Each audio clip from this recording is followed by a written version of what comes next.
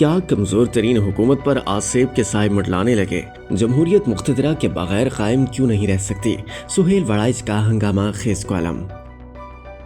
Senior صحافی سہیل وڑائچ اپنے تازہ کالم میں ملک کے اندر جمہوریت کو موقع دینے پر زور دیتے ہوئے تجزیہ پیش کرتے ہیں کہ ہم تزادستانی بھی عجیب لوگ ہیں، نہ جمہوریت کو موقع دیتے ہیں اور نہ مارشل لا کو پسند کرتے ہیں، ہائبرڈ نظام میں اپنی حدود میں نہیں رہتے اور یوں کبھی نظام کو واضح سمت میں چلا ہی نہیں پاتے۔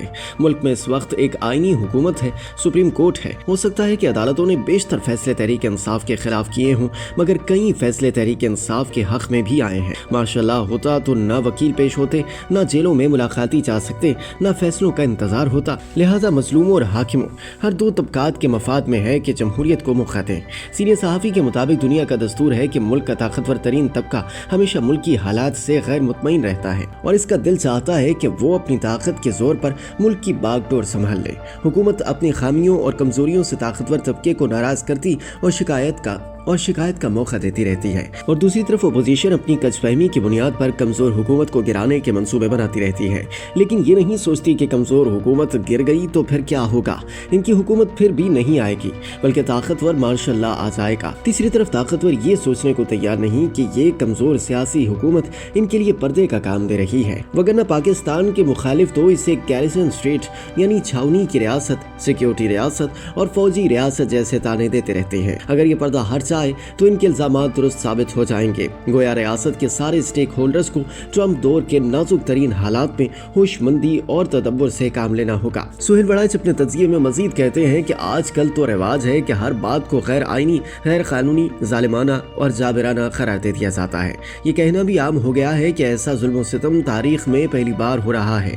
یہ بھلا دیا جاتا ہے کہ کمیونسٹوں کو ریاست نے کس طرح چن کر اور گھیر کر ان کی سانسیں تک بند کر دی تھی۔ ان میں آدھے سے زیادہ نیم پاگل ہو گئے تھے۔ پھر جماعت اسلامی پر سخت وقت آیا، پیپلز پارٹی کے جیالوں نے کوڑے، جیلیں اور پھانسیاں بھگتی، نون نے بھی تشدد اور اسیریاں برداشت کی، تحریک انصاف پر بھی مشکل ترین وقت آیا اور اب بھی ہے، مگر وہ ماضی کے کسی واقعے کو خاطر میں نہیں لاتے، اکیلے ہیرو بنتے ہیں جو اس ملک کی تاریخ سے مکمل لا علمی کے مترادف ہے۔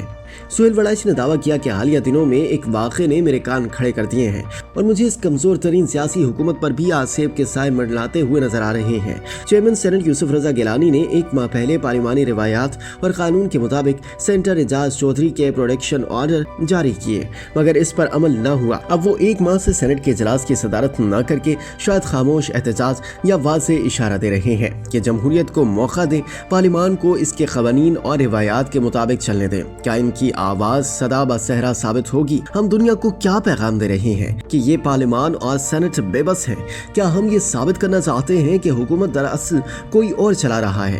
سینئر صحافی نے امید ظاہر کی کہ ایک ایسا دن ضرور آئے گا جب باقی دنیا کی طرح میڈیا کی آزادی، مضبوط پارلیمنٹ اور انسانی حقوق کی پابند مضبوط جمہوریت یہاں بھی آئے گی۔ اس لیے مجھے اس کمزور جمہوریت کے اسٹیک ہولڈرز سے توقع ہے کہ چیئرمین سینٹ یوسف رضا گیلانی کے پروٹیکشن آرڈر پر عمل کر کے پارلیمانی روایات پر داغ نہیں لگنے دیا جائے گا۔ یوسف رضا گیلانی نے بطور اسپیکر قومی اسمبلی شیخ رشید کے پروٹیکشن آرڈر جاری کر کے پارٹی کی ناراضی مول لے لی تھی، سیکرٹری دفاع کو تبدیل کر کے جنرل کیانی اور جنرل پاشا کو ناراض کر دیا تھا، پھر پارلیمان میں مقتدرہ کے بڑھتے ہوئے اختیارات پر تنقید بھی کرتی تھی، انہیں گستاخیوں کی سزا بھی بھگتنا پڑی۔ ان کا بیٹا اغوا ہو گیا، یہ الگ بات کے بعد میں آنے والے ایک شریف جنرل نے ان کے بیٹے کی رہائی میں اہم کردار ادا کیا۔ گیلانی بھی میری طرح جمہوری دیوی کے عاشق ہیں، انہیں نامراد کرنا جمہوریت کو ناکام کرنے کے مترادف ہوگا۔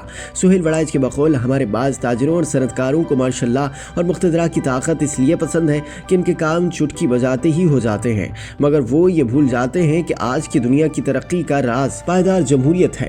مقتدرہ یا مارشل لا کی طاقت سے وقتی طور پر سب کچھ ٹھیک ہو جاتا ہے، لیکن یہ پائیدار نہیں ہوتا۔ ایوب خان کی معاشی ترقی کا ماڈل ان کے جاتے ہی اڑ گیا، جنرل مشرف کی روشن خیالی ان کے جاتے ہی رخصت ہو گئی۔ ہمارے نظام میں 100 خرابیاں صحیح، انہیں ٹھیک کرنا ہے تو پارلیمان کے ذریعے ٹھیک کیا جائے۔ مداخلت کے باقی طریقے ماضی میں بھی غلط ثابت ہوئے ہیں، مستقبل میں بھی غلط ثابت ہوں گے۔ مقتدرہ ہر ملک کا اثاثہ ہوتی ہے، جمہوریت تو مقتدرہ کے بغیر قائم ہی نہیں رہ سکتی۔